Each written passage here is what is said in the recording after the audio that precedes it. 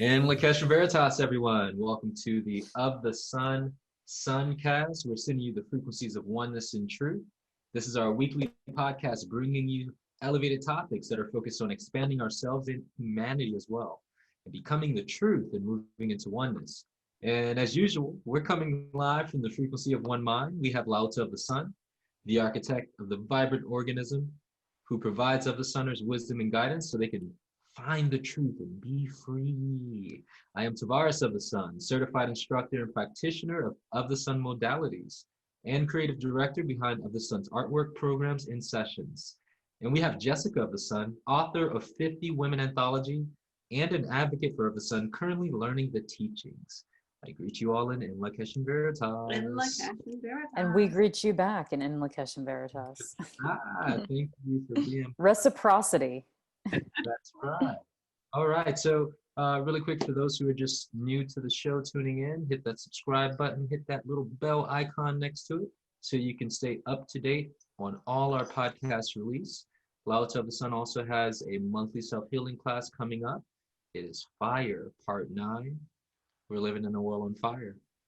And it's important to understand how this relates to humans and the human consciousness and what's currently taking place in this relationship, this dynamic with the planet, and the proper understanding to have. It's not one to be in, it's important to not be in fear, but to have the appropriate understanding so we can posture and position ourselves. So living in solutions is what we do. And we have another wonderful show in store for you today. We're happy to bring on, you heard her on the last Suncast podcast. I'll give her the roll call again. She has a master's degree in English education and taught high school English for 10 years. Also a quantum light property clearer and teacher. She is a beekeeper, an herbalist, an Akashic record reader, and graduate of Soul Translation 1 and 2, and the founder of Be Inspired and High Vibin' and Drivin'. She's going to be talking to us about the bees today and the consciousness of them. I'd like to introduce Tiffany of the Sun. Welcome, welcome, in Lakesh Veritas. In Lakesh Veritas, thank you for having me back. This is so exciting. Round 2. And my second favorite topic. I mean, oh my goodness.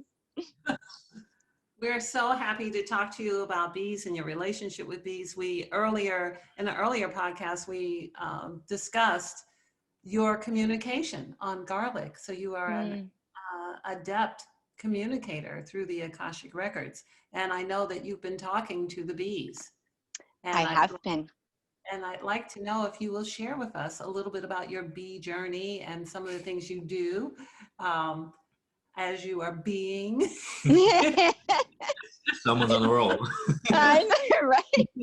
Absolutely. And I have been communicating with the bees, gosh, for most of my life. And I didn't really even realize that's what it was until I became an Akashic record reader. So I would like to share that communication soon, but to just open with how I became a beekeeper and my journey up to that point was I was teaching high school English, like Tavares said, and I desperately needed balance in my life, but I didn't know how to find it in that vocation. And so I actually ended up quitting teaching, which was so difficult because I love teaching. I love the modality of teaching and helping people.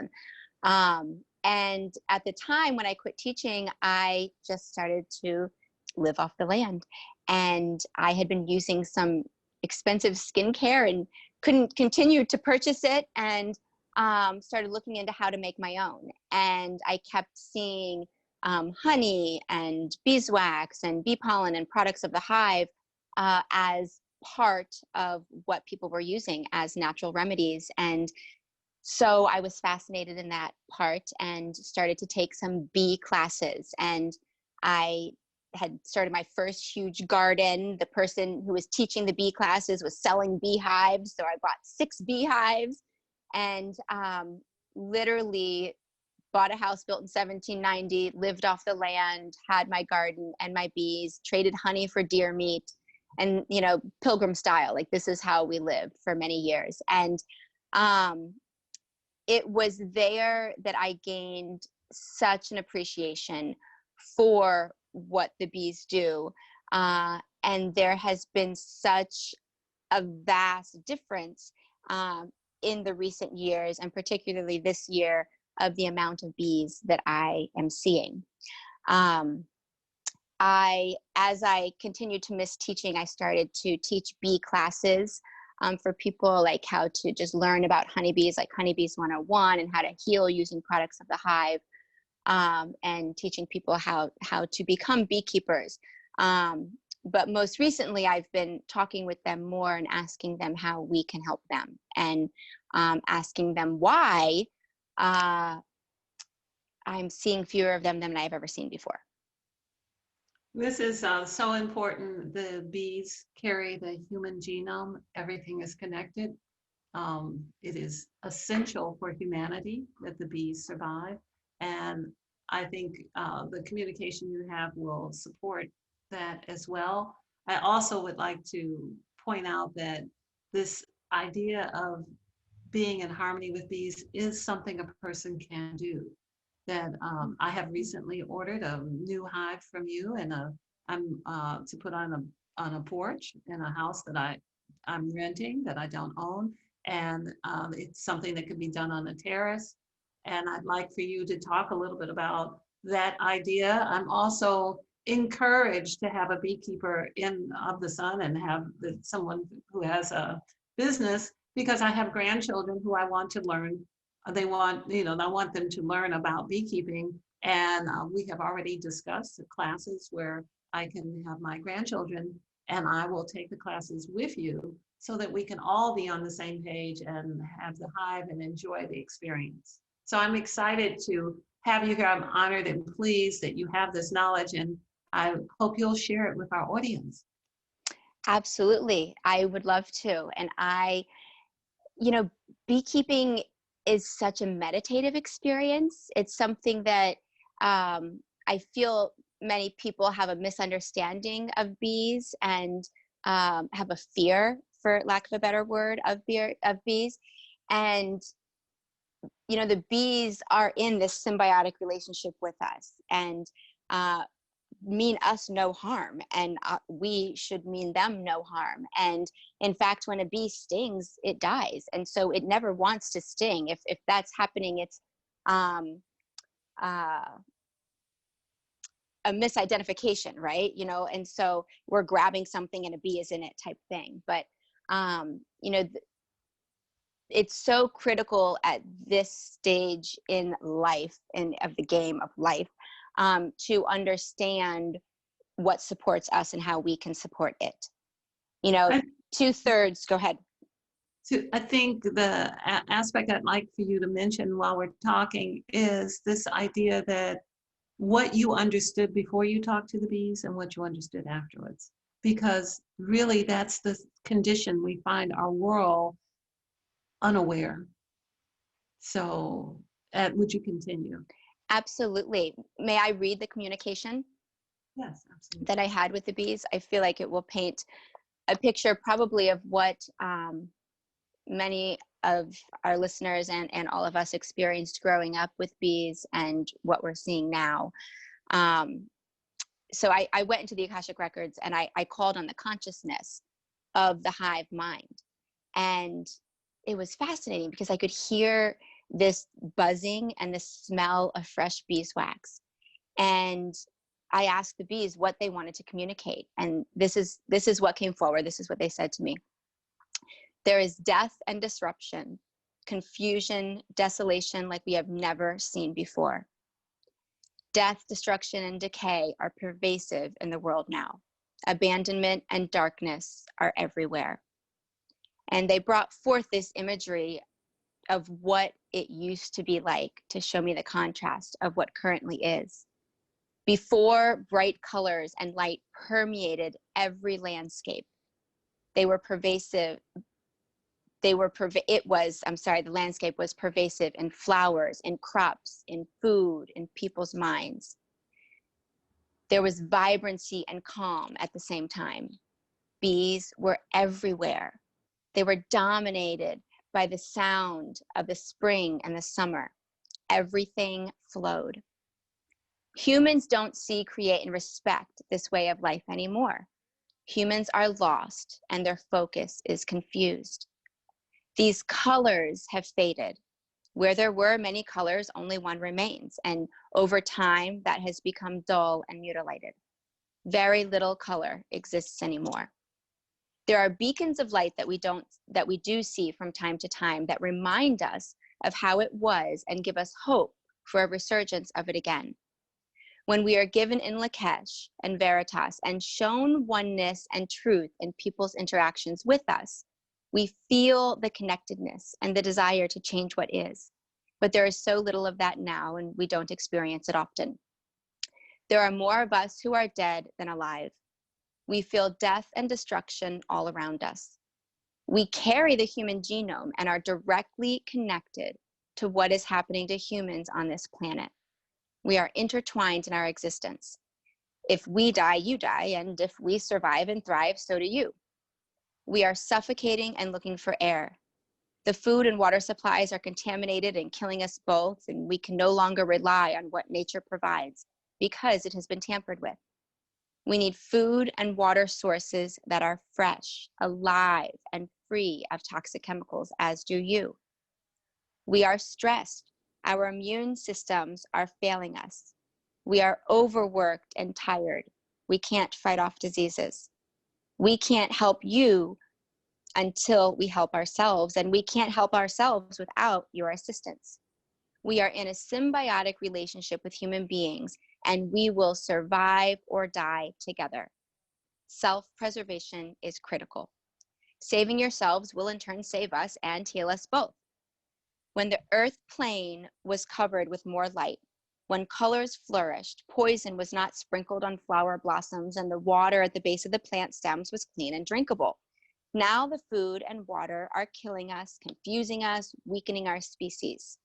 We will not be able to exist within these current practices much longer, and neither will you. We have been enslaved by greed, ego, and fear like you. We are prophetic mirrors reflecting what will happen if nothing changes. We have survived through what we thought were the darkest of times, but today is even darker. The basic needs of food and water for survival have never been threatened with this level of contamination and darkness.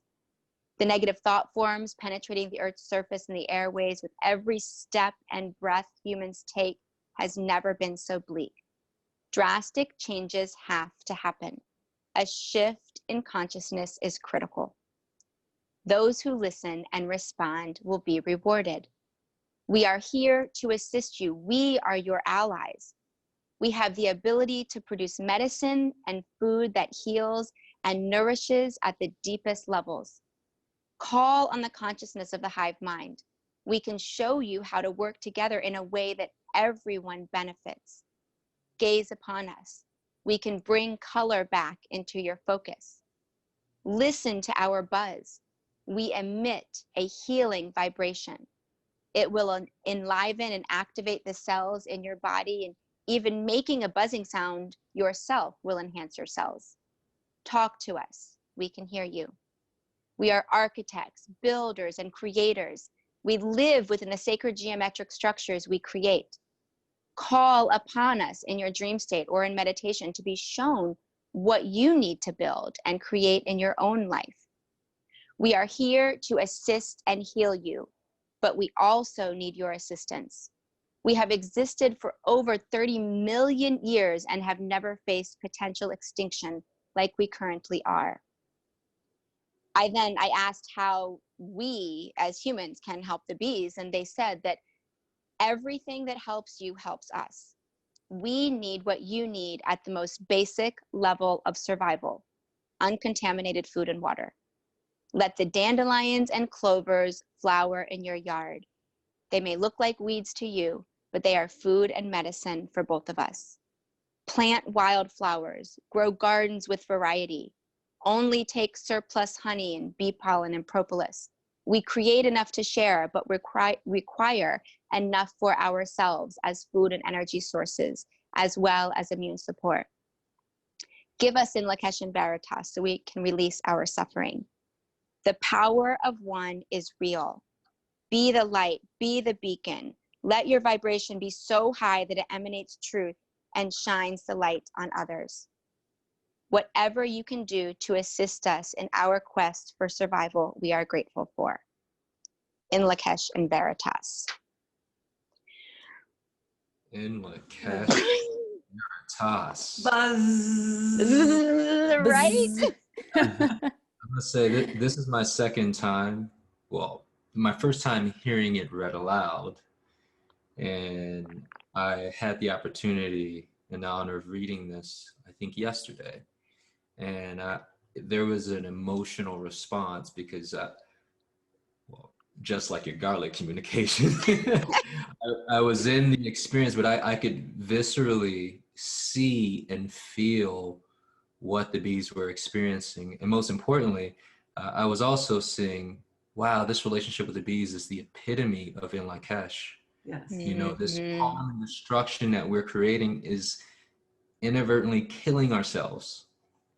And it's major. And it literally shows the importance of why humans or how incorporating this principle of In Lakesh and Veritas, so oneness and truth, into the human experience so that we may have more reverence for the life around us because of the understanding of, hey, everything is here to support us and we're here to support it. And when we destroy it, we destroy ourselves in the process. So thank you again, Tiffany, for bringing this forth. Very powerful.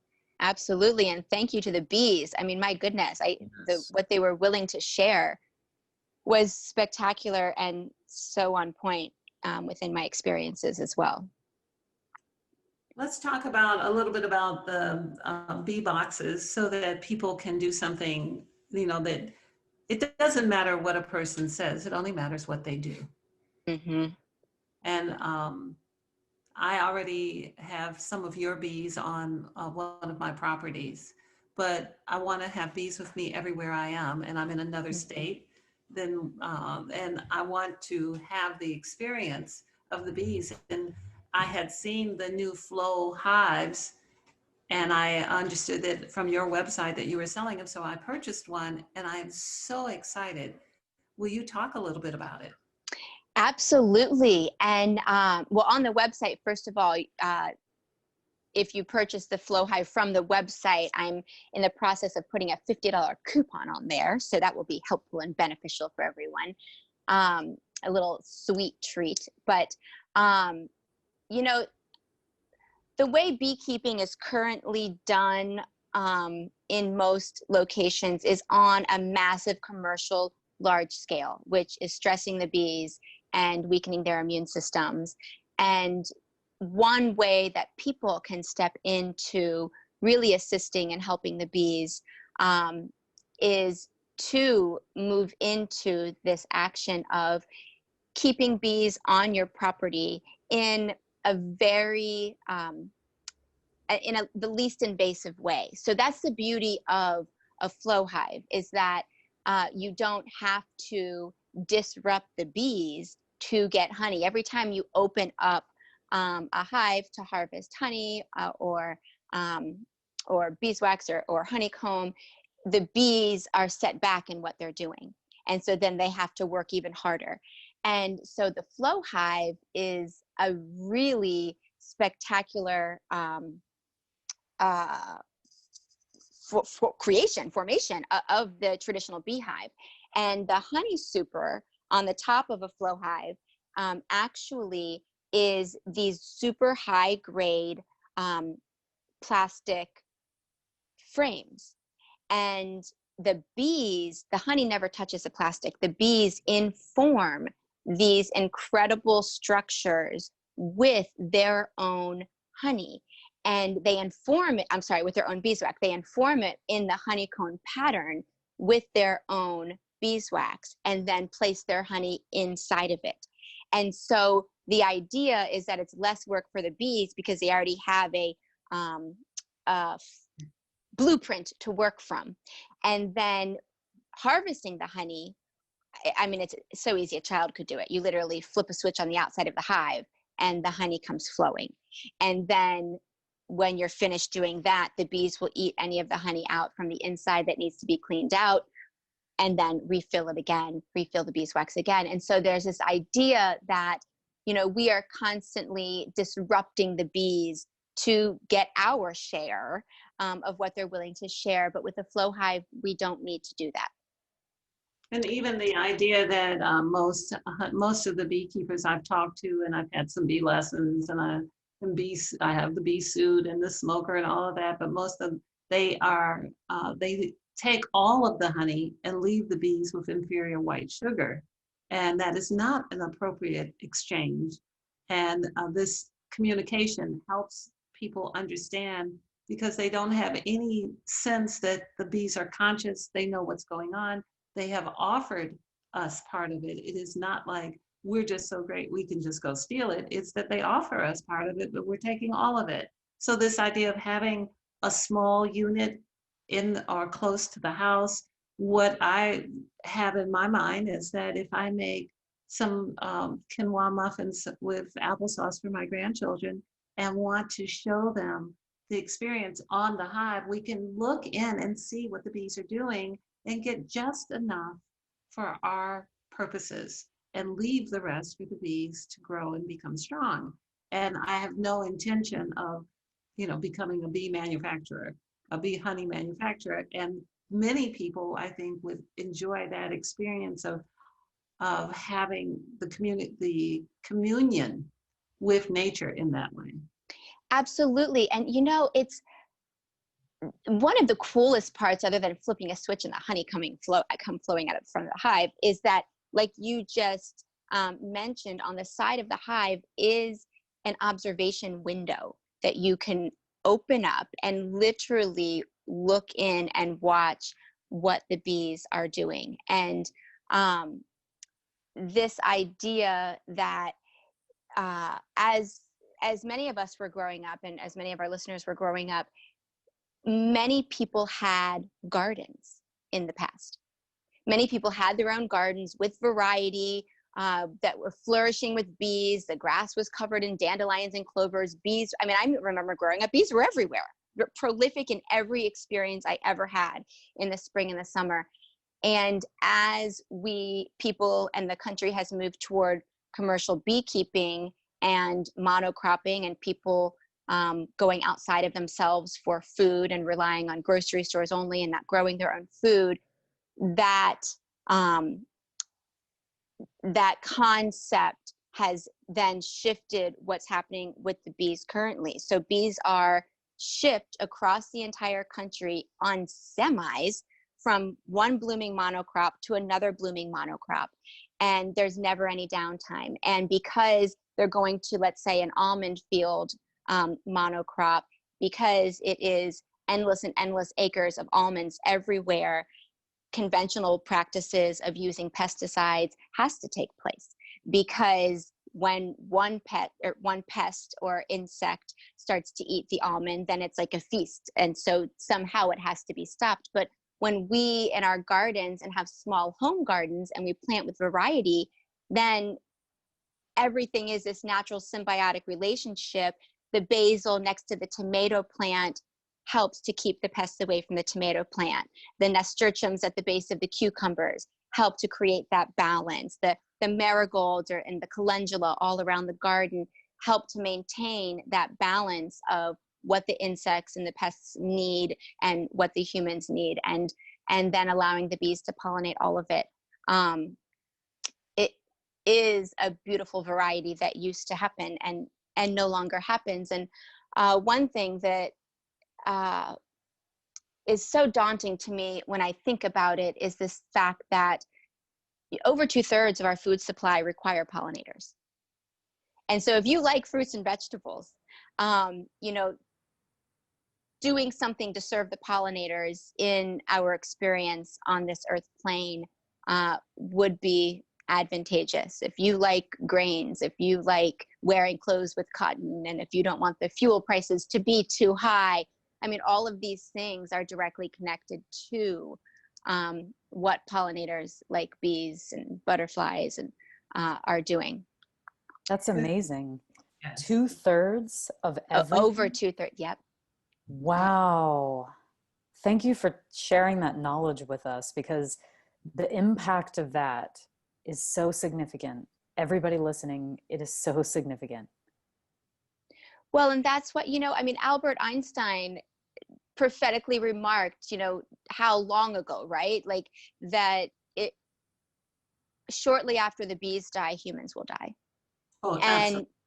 And it goes to show, that when you think of the connection between the fresh produce and the need for the bees, and even when we think about the symbiotic relationship of respect for what the bees bring forward in terms of the food and honey that they make. I mean, they're the only insect on the planet that makes food from their bodies and medicine from their bodies that humans can ingest. And people are dumping cupfuls of honey into recipes where it takes a bee her entire lifetime to make 1/12 of a teaspoon of honey.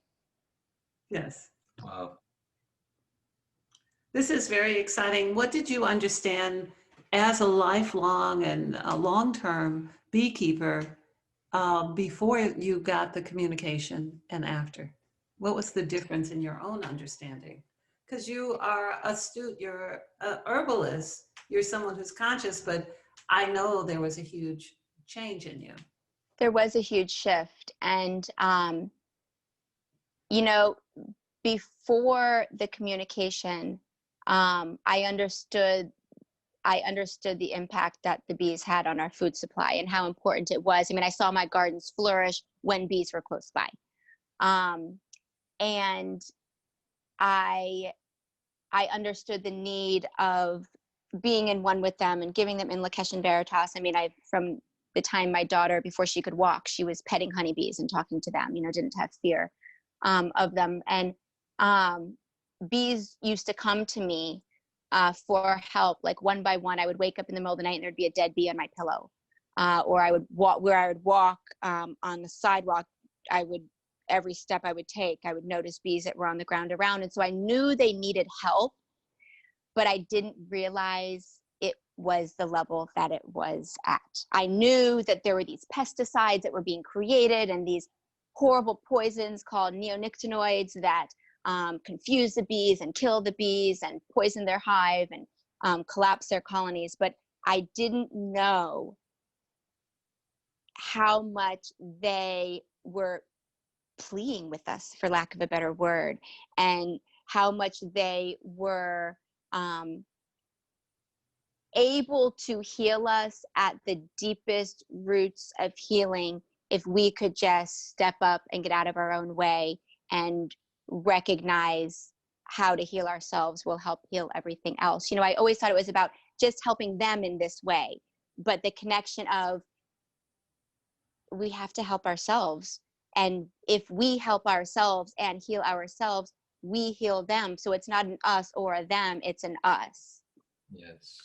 It's true. Even as a while ago, I don't know exactly when it was, I had the clarity and understanding that the bees knew who you were and that they come to you and communicate what humanity needed to know because you had made yourself known through your concern and care and love of nature in general. So it is wonderful to have you bring that forward because we have been informed that you would come with this message. We thank you. Well, thank you. And thank you for knowing before I knew. One thing, it's interesting that before the communication and even, before the communication, the main thing I would talk to people about in terms of how to help the bees had so much to do with not using toxic chemicals and pesticides, which we all know, right? But that was the surface level of my understanding of what needed to happen. Stop poisoning the food, the bees will not be poisoned. But hearing the bees communicate the importance of us talking to them and giving them in Lakesh and Veritas and meditating with them and calling on them in our dream state to show us and them reminding us that they are builders and creators, it just took on a whole new level of understanding for me and how I can continue to help them as well. I love the solution of meditation, talking to, and buzzing. Buzz. Buzz, right? It feels good. Even when I just say buzz. We could probably begin to look at research of modality because of the connection with the genome, and the geometry of the beehive is the geometry of a human. They hold together our geometry. The universe is geometrical and mathematical. So this is the cognizant thoughts that move from one to another must be held together in the pattern of a geometric algorithm. They hold that algorithm together for humanity. So they were saying that, but I'm saying it in another language so that it can be well understood that we begin to disintegrate, our thinking begins to disintegrate if we don't keep them. And what a wonderful thing that you can do in a community center, in a building, at your own house with your children or neighbor children, or just you buzzing around. How great would that be? So I really feel honored that you brought this forward today. It's a very exciting experience. I'd like to briefly share, after I heard that communication or read it, I was driving, and the thought came into my mind, buzz like a bee. Good. And I was going, and as I was doing it, my pineal was stimulated. Yes. I could feel it activating from the sound, and then I would change it to, and I'm like, okay, which one works best to get this going? But I could see there was a visceral response in the body or in that gland from doing the sound. So I think there's definitely something deeper to that for sure. Well, and of course, the endocrine system is turned on to interface with the endocrine system through such a simple method. You know, to be able to, the endocrine system for most of us has shriveled up and is not working, but to be able to revive it and be in communication through this simple process of giving honor and respect to the buzz. So I hope that we'll meet and buzz like this again. Me too. I know a beekeeper who recorded the sound, the internal sounds of beehives at different stages of the seasons. And there was one particular recording that I heard in early spring when the bees are busy creating and buzzing and, you know, building and creating. And shortly after that recording happened, she was skiing and tore her meniscus or something in her knee or ACL, and went to the doctors, and they were like, you have to have surgery, you this, you that, you know, come back at some point, let's schedule it. And she went home and she played that recording and she put it through headphones and placed it on her knee. And so the vibration of that creation sound that the bees were making was on her knee. And a few weeks later, she went back and her hurt knee was stronger than her non-hurt knee. And it literally helped to fuse and heal. And she didn't have to have surgery. Everything is vibration, and vibration yes, doesn't lie. Yeah. And it's so interesting. I hope that you will see if you can get that. And next time you come on to talk to us about bees, maybe we can hear it in the background. I will absolutely get that. And, you know, and if people, I want people to understand that, you know, if you're not in the space of wanting to step into getting a beehive, you can plant wildflowers. You can, you know, meditate with the bees. You can talk to the bees. You can make this buzzing sound. You can, if you don't have a yard to plant wildflowers in, you can plant them in a pot. If you don't have a pot to plant wildflowers in, you can scatter them along the side of the road. I mean, you can put wildflower, you know. And so I have some wildflowers on my website as well for people who are willing to step into it on a small scale or a large scale. But at any level, and I do want to echo this point that LaOta shared earlier, that not supporting what doesn't support us, in the sense of, if you are purchasing local honey, that you're talking to the beekeepers and you're asking them, are they feeding their bees high fructose corn syrup and taking all of the honey? Or are they leaving honey for the bees? The honey that's in the grocery stores, most of it is contaminated with all sorts of things. Absolutely. Would you talk to us a little bit about the classes? I'm very excited about your bee classes. Yes. Oh, the classes are so fun. They're so fun to teach, but they're so fun on every level, because the information is so vast that the uniqueness of whoever is in the class brings forward differences as well. And so one class I teach is called Honeybees 101. And so we're really digging deep into all things bees, particularly, everything from there's only one queen bee in the hive to only the female bees have stingers, and all the bees out pollinating flowers and are female bees, and the bees who are trying to eat your potato salad at a picnic are not honeybees, they are yellow jackets. And, so there's a difference. And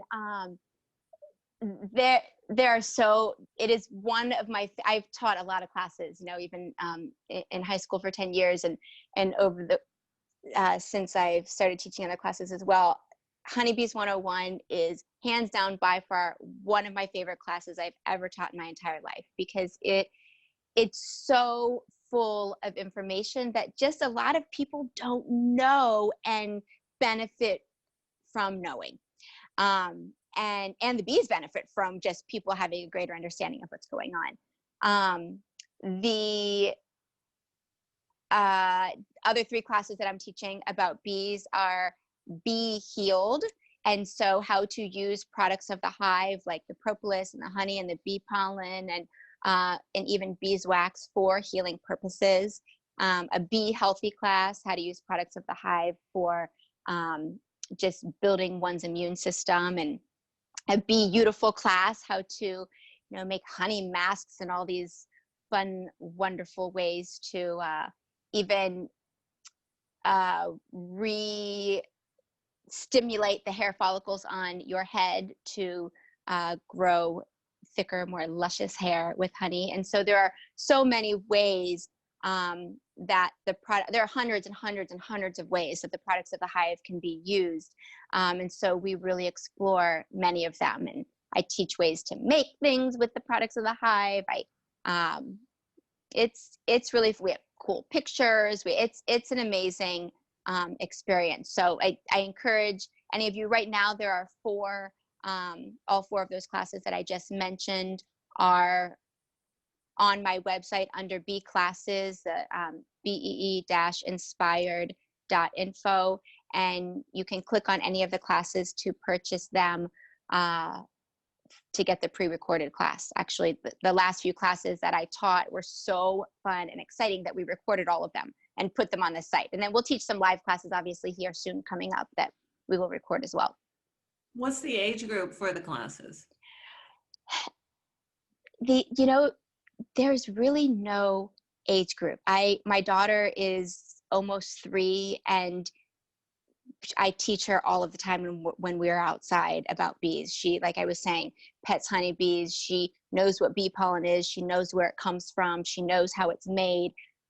So I would say the age group would really simply have to do with however long someone wants to sit down and listen. And so typically it's an hour-long class. If there are children who are on the class or in the class, we can work within them. And if they need to, do something different while the adults continue talking, that's fine. I'm happy to separate age groups out too. If we have a group of children, 5 to 8 years old who want to, or 5 to 10 or whatever, similar attention span ranges, who want to take a class, we can just do a child's class. And then teenagers and adults, typically, even though adults don't want to think so, we have a similar attention span. And so, the class is really full of rich information, but it's very fluid and conversational. So as I provide information, then questions come forward, and that's how it's taught. It sounds wonderful. I'm really looking forward to enrolling my grandchildren in the class and joining them in the class as well. I'm excited about the things that you're sharing with us. And I see this, that we live of the sun in the answers. We have solutions. We just need to operate within them. Mm-hmm. Most definitely. So any final thoughts, Tiffany, before we go? Goodness. I would just say that after everyone has an opportunity to listen to this podcast, to just take a moment and sit quietly with the information that was given about the bees. And I think the way that you are then meant to come forward and assist your own survival as well as the bees will be clear. That makes me think of what we posted. How will we, or what will we do to contribute to save humanity? And this is a campaign that we've been holding on our social media platforms, encouraging people to write a paragraph. What will you do? Or what type of effort will you place into this? And it's also for yourself, because we are all humanity. And just like what the bees communicated, what we do for us, we do for them. So it's this beautiful synergy. So we encourage you all, reflect on that, and how can we help? Consider the bees' survival your survival. Thank you very much, Tiffany. Jessica, well, we step away for a moment. Yeah, so we want to thank you and encourage you to come back and have another experience with us on property clearing in the Chronicles. Yes. And more on bees. And I'll be happy to tell my bee stories as I have them also. Oh, good. I would love to come back. This has been such a joyous occasion. So Thank you. Thank you all for tuning in. Thank you again, Tiffany, for joining us. And we leave you all in Lakesh and Veritas. In Lakesh and Veritas.